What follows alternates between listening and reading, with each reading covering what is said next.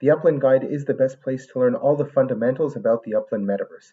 With over 400 videos on this channel, you can learn everything you need to know from Spark, properties, legits, vehicles, totems, and everything else. This video is an introduction to all of the different colors you will be seeing in the Upland Metaverse, what they represent, and how understanding this will make your Metaverse life a whole lot easier. I'm going to be covering the colors that you see on the properties, collections, points of interest on the map, and treasures. I'm YK2012, founder of the Upland Guide. Please subscribe to this channel, and if you're brand new to Upland, check out the link in the upper right hand corner or the description below to learn all about the bonuses you can receive when signing up using our referral code. The first and most important part of Upland is the properties. Zoomed out on the map, you are able to see these blue dots. Here you can see 12.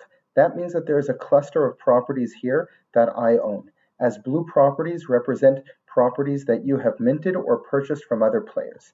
We can zoom in here and we can see this property here was in fact minted by me, and I bought it for 24,360 UPX. I can also send myself to this property absolutely for free. It doesn't cost me anything to send to my own properties. We can also see here that once I send myself to a property, there are gray properties here, which you can see are currently out of range. This means that my Block Explorer has not come close enough to it to make it mintable. This property, which is light green, is a property that I have discovered and I can now mint it.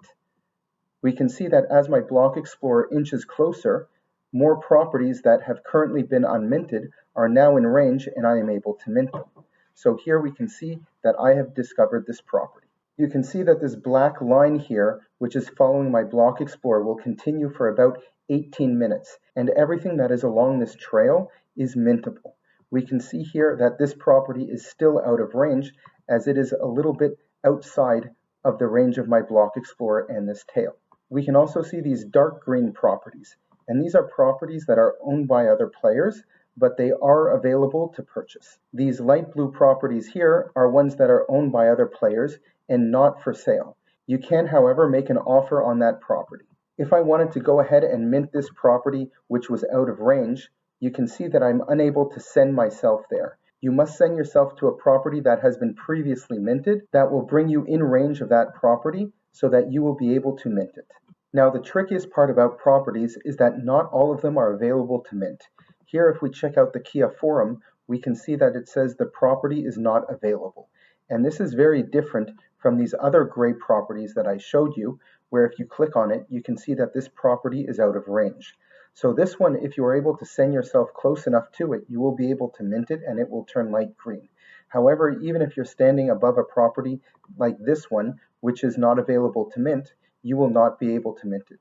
It's also worth noting that many properties have this FSA marker on it.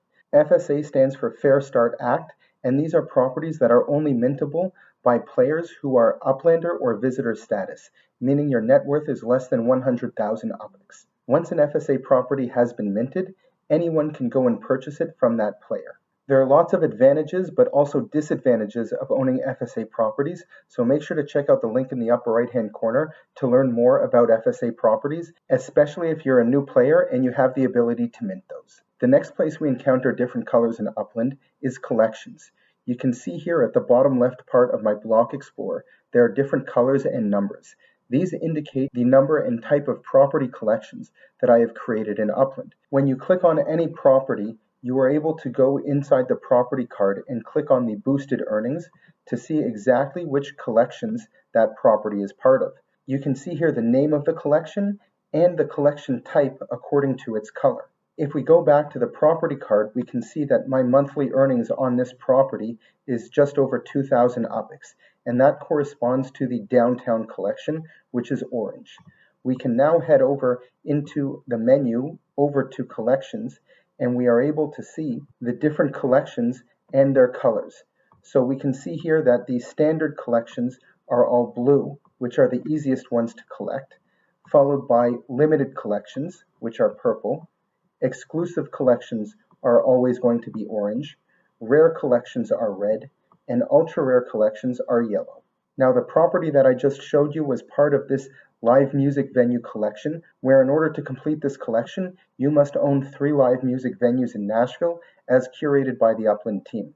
Once you own 3, you are able to get a 2.7 boosted multiplier on the earnings, as well as a one-time reward bonus of 22,500 UPIX. You can also see here that on the property itself, there is a yellow star. These are viewable by toggling on and off the neighborhood boundaries. A collection can either be a neighborhood, a street, or a curated list of properties. If that is the case, you will see the properties tagged. These are typically for ultra rare or even some rare collections. So the rare collections, you would see a red star. The third place we see different colors are treasure hunts. And similar to the collections, we can see that in treasure hunting, there are different tiers of treasure hunts. So you have standard hunts, which again are blue, similar to what we saw in the properties, limited, which are purple, exclusive, which are orange, and red, representing rare. When you see a treasure hunt, you will see the arrow being of a specific color. So if you see a blue arrow, it will obviously direct you towards the standard treasure. A purple arrow will direct you to the limited treasure, and so on and so forth. And the fourth place that we see different colors are all of these point of interest dots on the map. All these green dots represent properties that are listed for sale by the owners. For me personally, they cause a big nuance. Not only do they clutter the map, but they also slow down the game speed. So I like to go into settings and turn them off. Now I only see the dots that are representative of real points of interest on the map. These dots represent different metaventures. The orange ones are the general metaventures, gray ones are factories, black dots are speedway metaventures, and purple dots are dev shops. In the future, there will also be different types of metaventures, and I'm sure different colored dots for them as well. Make sure to check out the link in the upper right-hand corner to learn about all of the different types of metaventures that I described and other ones that are going to be coming in the future. If you're looking to become a metaverse entrepreneur and open up your own metaventure, that is a great starting point to learn more about starting your own business in Upland.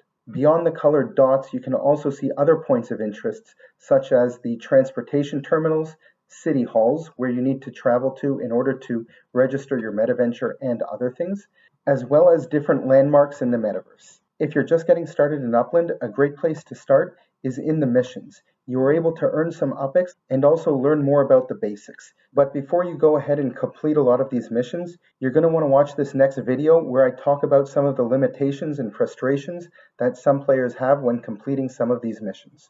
Once again, I'm YK2012. If you have any questions, feel free to send me a direct message on any of my social media platforms where you can find links in the description below. And please don't forget to subscribe.